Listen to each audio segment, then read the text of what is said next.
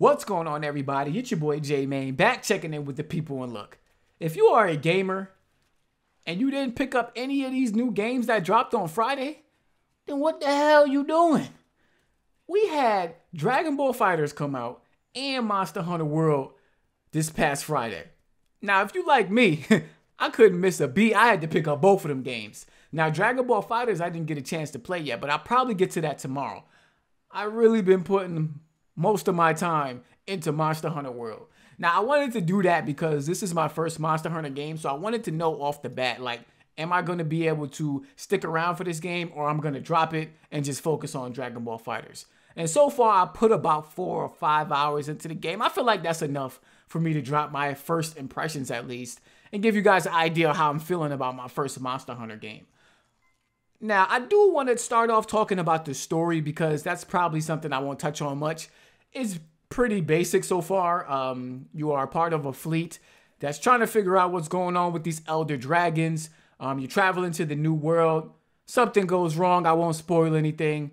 And from there, everything is on the up and up. So that's kind of the basic gist of what's going on with the story. But at the end of the day, a lot of these Monster Hunter games are probably more about the combat and the systems within the game to help you with the combat. Now, there's about 14 different weapons you can choose in this game, and they give you all of them from the rip. But you can, of course, upgrade them and make them better and, you know, basically use them to however you want to basically fit your style. I decided to go with the Insect Glaive. It was the weapon that I loved the most from the beta.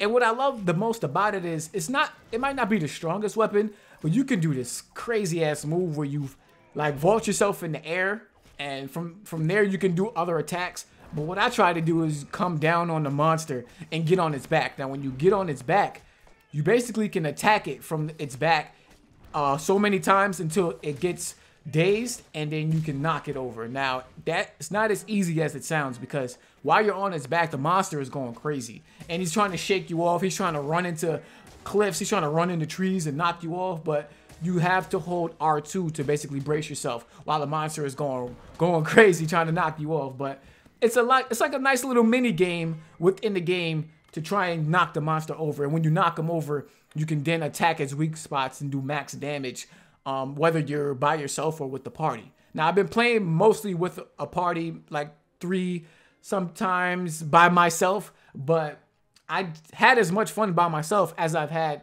in the party, and that's because the combat is so good. Traveling, doing different types of missions, doing expeditions, bounties. It's so much to this game that I'm a little bit overwhelmed myself, but as I keep playing, I learn everything. How to, you know, what weapons to upgrade, which piece of armor to upgrade, because you get so many different options. And then you have this Palico or Palico, however you pronounce this little cat, that basically it comes with you on your journey and helps you fight. It helps you do other things. So it's like you have that, you have the weapons, you have the armor, you have all different types of potions and certain traps that you can set up for the different monsters to help weaken it and get it down. And then it's just like all these different type of monsters that you gotta fight. So it's a lot to this game. But I think as you keep playing, the tutorials do a good job of explaining everything. And if you ever need to go back and read a certain tutorial, you can do that. So it's more just about playing it. And as the more you play it, the easier it gets to understand. Now, I do have a big gripe about this game right now, and that's kind of been the co-op system. It sort of reminds me of the Bloodborne, where like in Bloodborne, I believe, once you do a boss, everybody separates, and then you have to kind of do that whole process again just to get them back into your world. Monster Hunter is kind of the same. Like you do have a hub area in this game, and that's kind of where I was saying you can upgrade your weapons and stuff like that. In that hub area, you can create an online session with up to 16 people. And then from there, when you go on a quest, you can take up to 4 people with you. But then after the quest is over, everybody kind of dispatches it back into their own world, but they can stay in your online session. So, you know, it's not as, I should say, complicated as the Bloodborne system where you have to go in and out all the time. But it's not like everything is streamlined and they just come with you and everybody's kind of in the same area. I kind of wish it was like that. I don't know. I feel like these JRPG games do co-op that way, and I do not know why they don't just make it streamlined and everybody can stay together for everything that you're doing. I don't know. It's like not that big of a deal, but it's if I had to pick something that I had a gripe about, that's kind of been it so far.